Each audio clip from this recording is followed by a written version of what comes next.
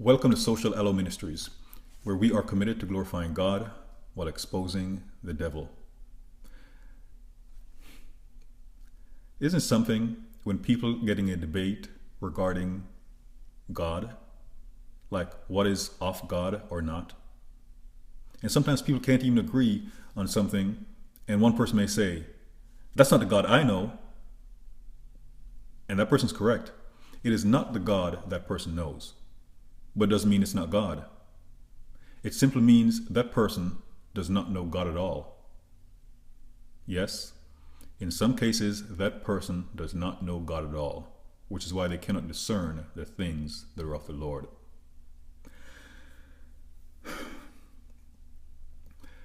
The more you get to know about the Lord, is the more you realize how much more you have to learn about Him.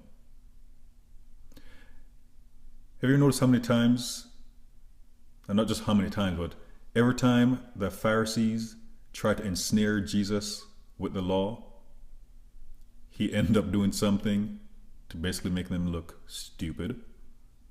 Like in John 8, verses 1 through 11, when they caught the woman committing adultery, but they used it as an occasion to tempt Him. And the Lord exposed them and saved the lady at the same time. Many people are serving the Lord, yet they still do not have a relationship with Him. Many people are serving the Lord, or so they claim, but the Lord doesn't even know them. We have to take an example of Moses and his interaction with the Lord. In Exodus 33, starting verse 11, it states, "And the Lord spake unto Moses face to face, as a man speaketh unto his friend." The Lord spoke to Moses face to face, as a friend. And there's a distinction between serving the Lord and being His friend. So the Lord spoke to Moses face to face. Okay, keep it in mind. "And he turned again into the camp, but his servant Joshua, the son of Nun, a young man, departed not out of the tabernacle. And Moses said unto the Lord, See, thou sayest unto me, Bring up this people, and thou hast not let me know whom thou wilt send with me. Yet thou hast said, I know thee by name." And I'll pause for a second. This is the Moses at that point in time who the Lord used, as God said in Exodus 7:1, that He had made Moses like a god unto Pharaoh. The Lord used Moses to start those 10 plagues. He used Moses to part the Red Sea. Moses had a relationship with the Lord. Moses wasn't just a servant of the Lord, he was a friend of the Lord.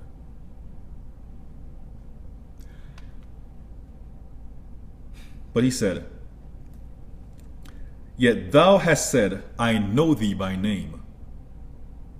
That's very powerful. The Lord knew him by name. The Lord knew him by name. "And thou hast also found grace in my sight. Now therefore, I pray thee, if I have found grace in thy sight, show me now thy way, that I may know thee, that I may find grace in thy sight, and consider that this nation is thy people." So in verse 11 it says that the Lord spoke to Moses face to face, as a man speaks with a friend. But then Moses, despite the mighty works the Lord had used him to do, despite the relationship that they had, Moses wanted more. He wanted to get to know the Lord. How important is that? Many people are serving the Lord, and some say they were serving Him on a lesser extent, a lesser scale than Moses. But it's like they're absolutely clueless about the Lord.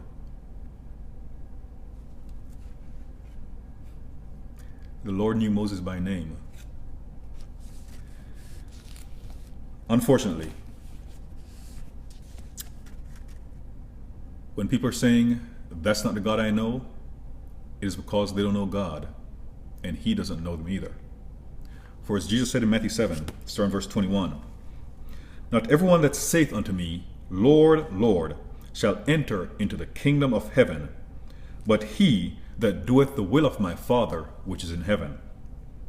Many will say unto me, Lord, Lord, have we not prophesied in thy name, and in thy name have cast out devils, and in thy name done many wonderful works? And then will I profess unto them, I never knew you. Depart from me, ye that work iniquity. So they're saying all these things in the Lord's name, claiming they know the Lord.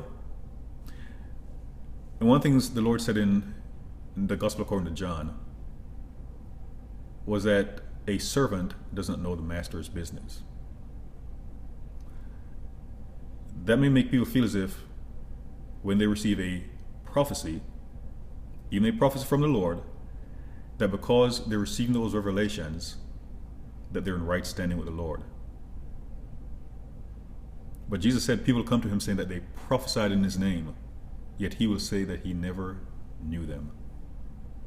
So yes, sometimes you may hear a person say, that is not the God I know, but the truth is, they have no idea about God.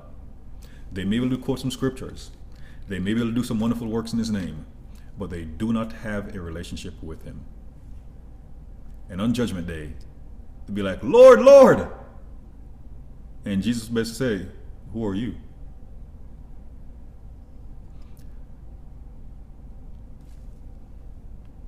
We can never get to know the Lord fully.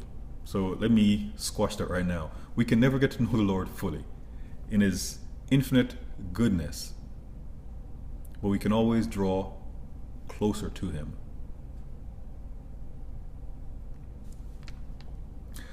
For example, I read some scriptures to you.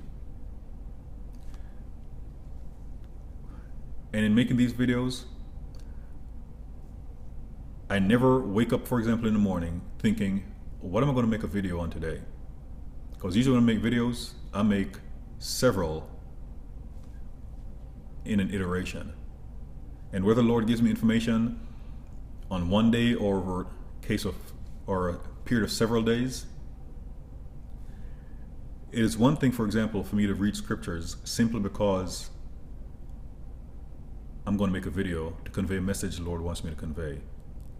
But it's another thing to, for example, search the scriptures so I can get to know the Lord even more.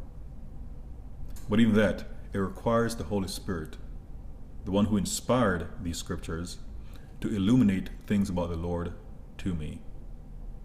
But also part of that relationship is prayer, spending time with the Lord. And a lot of times when people pray, they're always talking, but not listening to the Lord.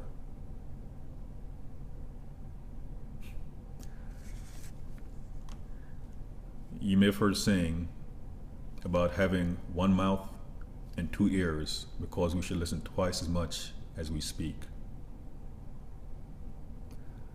Are you listening to what the Holy Spirit of the Lord is saying to you? In some cases, he's letting you know that you're doing a great job of quoting scriptures. You're doing a great job of speaking about the Lord, but you don't know him because you're not spending time with him.